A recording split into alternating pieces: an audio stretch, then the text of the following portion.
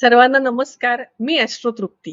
आज आपण मीन राशीच्या पुरुषांचा 12 राशींशी संसार कसा रंगतो, हे अगदी आपण साध्या, सोप्या, बोलक्या भाषेत समजून घेणार आहोत.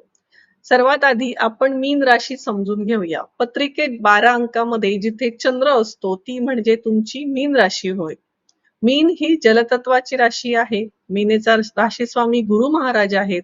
हे लोक अतिशय स्वभावाने भावनिक असतात, इमोशनल असतात, दयाळू असतात, शांत असतात, पण यांचा द्विस्वभाव राशी असल्यामुळे कन्फ्युजन मध्ये सतत असतात. निर्णय घेण्यात ही लोक अतिशय कमी असतात.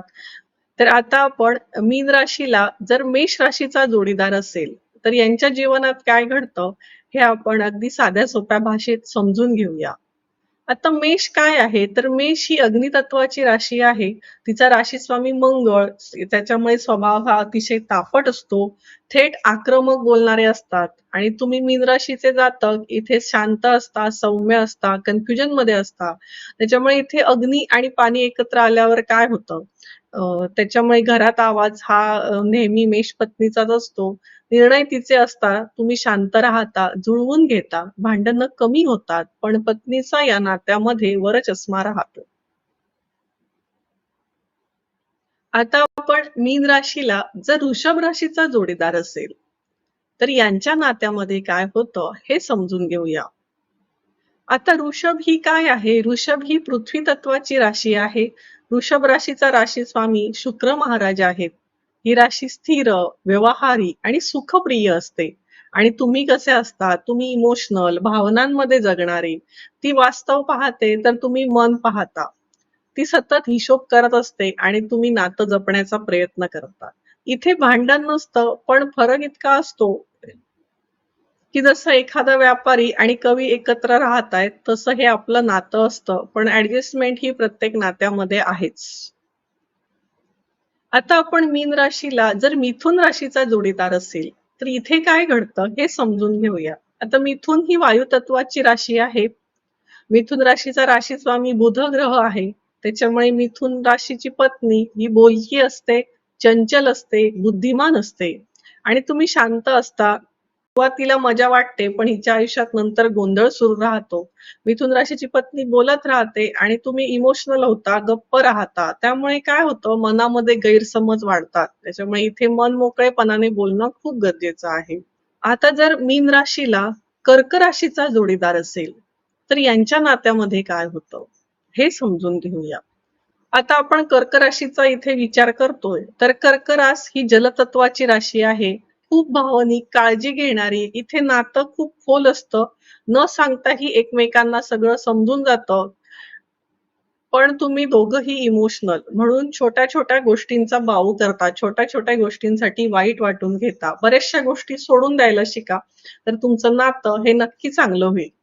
आता आपण मीन राशीला सिंह राशीचा जोडीदार असेल तर इथे काय होतं हे आपण समजून घेऊया. आता सिंह राशी ही अग्नितत्वाची राशी आहे. सिंह राशीचा राशी स्वामी सूर्यदेव आहेत. त्याच्यामुळे राजासारखा स्वभाव असतो. आणि मीनेचा स्वामी काय आहे तर गुरु, राजगुरु आहेत. म्हणजे एक पुढे चालणारा आणि एक मार्ग दाखवणारा. ती पुढे असते आणि तुम्ही साथ देणारे असतात. ती तिच्या प्रत्येक मतावर ठाम असते आणि तुम्ही नेहमी कन्फ्युजन मध्ये असता. जर तुम्ही तिचा मान ठेवला, तिला तिच्या आयुष्यातलं योग्य स्थान दिलं, तर तुमचं नातं हे नक्की चांगलं चालू शकतं. पण अहंकार भिडला तर मात्र नक्की ताण येतो. तसं पाहता ही जोडी ज्योतिषशास्त्रात षडाष्टकामधली आहे. त्यामुळे अशा राशींनी शक्यतो एकमेकांशी विवाह करणं टाळावं. पण जर दोघांनी एकमेकांचा इगो बाजूला ठेवला तर हे नातं नक्की टिकू शकतं. आता आपण मीन राशीला जर कन्या राशीचा जोडीदार असेल तर यांच्या नात्यामध्ये काय होतं हे समजून घेऊया. आता कन्या राशी ही पृथ्वी तत्वाची राशी आहे आणि कन्या राशीचा राशी स्वामी बुध महाराज आहेत.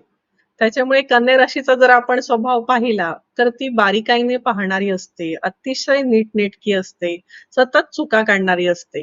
आणि तुम्ही इमोशनल, ती दुरुस्त करते. तुम्हाला सतत भावना असते, द्विधा अवस्था, मानसिक दोलायमान तुमची मनं होत असतात. ती पण तीच तुम्हाला सुधारते. दोघांनी जर संसारात समतोल साधला तर संसार हा नक्की चांगला होऊ शकतो. आता जर मीनेला तूळ राशीचा जोडीदार असेल तर इथे काय होतं हे आपण समजून घेऊया. आता तूळ ही राशी कशी आहे तर ही वायुतत्वाची राशी आहे. तूळ राशीचा राशी स्वामी हे शुक्र महाराज आहेत. त्यामुळे इथे समतोल बॅलन्स आयुष्यात ठेवणं, सर्व लोकांमध्ये मिसळून राहणं हे या तूळ राशीच्या पत्नीकडे असते. आणि तुम्ही थोडे कन्फ्यूज, अंतर्मुख, ती सतत लोकांमध्ये रमणारी, बाहेरून दिसताना ही जोडी सुंदर दिसते, पण आतून यामध्ये खूप फरक असतो. दोघांनी जर प्रयत्न केले तर नातं हे टिकू शकतं, मात्र ही जोडी मृत्यू षडाष्टकातली मानलेली आहे. त्यामुळे अशा राशींमध्ये शक्यतो विवाह टाळावा, कारण पुढे जाऊन आयुष्यात ताण वाढू शकतो. आता आपण मीन राशीला जर वृश्चिकेचा जोडीदार असेल तर इथे काय घडतं. वृश्चिक रास जर आपण पाहिली तर जलतत्वाची राशी आहे, तिचा राशी स्वामी मंगळ आहे. त्याच्यामुळे इथे तीव्र गूढता असते. कधी कधी मालकी हक्काची यांच्यामध्ये भावना असते आणि तुम्ही कसे असता, तुम्ही साधे असता, इमोशनल असता. त्याच्यामुळे ती खोल आणि तुम्ही इमोशनल, ती कधी कडक असते आणि तुम्ही मऊ असता. त्याच्यामुळे नातं हे खूप चांगलं चालतं, पण जपून चालावं लागतं. आता आपण मीन राशीला जर धनु राशीचा जोडीदार असेल तर इथे काय होतं हे समजून घेऊया. धनु ही अग्नितत्वाची राशी आहे. तिचे राशी स्वामी गुरु महाराज आहेत. इथे मोकळा स्वभाव असतो, फिरण्याची आवड असते, ती स्पष्ट बोलणारी असते. तुम्ही शांत असता, भावनिक असता, दोघांचंही मन चांगलं असतं, पण दिशा वेगळ्या असतात. या नात्यामध्ये भांडणं कमी होतात, पण अंतर येऊ शकतं. कुठल्याही नात्यात समजून घेतलं तर नातं हे टिकतं. आता आपण मीन राशीला जर मकर राशीचा जोडीदार असेल तर इथे काय होतं हे समजून घेऊया. आता मकर राशी ही कशी आहे तर पृथ्वी तत्वाची राशी आहे. मकर राशीचे राशी स्वामी शनी महाराज आहेत. त्यामुळे मकर राशी ही अत्यंत कष्टाळू असते, शिस्तप्रिय असते, जबाबदार व्यक्ती असते आणि तुम्ही मोकळ्या प्रवाहात जगणारे असता. आता वाटलं फिरायला जावं तर लगेच तुम्ही फिरायला निघून जाता. ती मकर राशीची पत्नी तुमचा संसार उभी करते. तुम्ही जर तिचं कौतुक केलं तर नक्कीच ती आयुष्यभर तुमचा संसार सांभाळते. आता आपण मीन राशीला जर कुंभ राशीचा जोडीदार असेल तर यांच्या जीवनात काय घडतं हे समजून घेऊया. कुंभ कुंभ रास ही वायुतत्वाची राशी आहे. कुंभ राशीचे ही राशी स्वामी शनी महाराज आहेत. कुंभ रास कशी असते ती थोडी दूर राहणारी असते, स्वतःच्याच विचारांमध्ये मग्न असते, स्वतःच्या जगामध्ये रमणारी असते. ती थोडी अलिप्त असते. तुम्ही भावनाशील असता, ती थोडी त्याच्यामुळे तिला थोडी मोकळीक द्या. इथे तुम्ही एकमेकांचे स्वभाव समजून घेणं अत्यंत आवश्यक आहे. मीन राशीला जर मीन राशीचा जोडीदार असेल तर यांच्या नात्यात काय होतं हे समजून घेऊया. इथे राशी समान असल्यामुळे दोघंही तुम्ही एकमेकांवर सारखंच प्रेम करणारे, स्वभाव समान असल्यामुळे एकमेकांशी जुळवून घेता. या नात्यात भांडणं कमी होतात, पण निर्णय घेण्यात कमतरता असते, कारण तुम्ही अतिशय स्वप्नाळू असता. व्यवहारामध्ये तुम्ही कमी पडतात, तर व्यवहार शिकणं तुम्हाला दोघांनाही आवश्यक आहे. जर तुम्ही जागरूकपणे व्यवहार चांगला शिकलात तर अतिशय नातं हे उत्तम चालतं. मीन राशीच्या जातकांनो, शेवटी एक गोष्ट लक्षात ठेवा, तुम्ही स्वतःसाठी जगा. नातं तेव्हाच टिकतं जेव्हा दोन्ही बाजूनी समतोल असतो. त्याच्यामुळे ज्या भूतकाळातल्या गोष्टी झाल्या त्या सोडून द्यायच्या आणि सतत वर्तमान काळात जगणं हे तुमच्यासाठी आवश्यक आहे. त्याच्यामुळे या सतत वर्तमान काळात जगण्यासाठी तुम्ही प्रयत्न करा, तर मग नक्की तुमचं आयुष्य सुंदर होईल.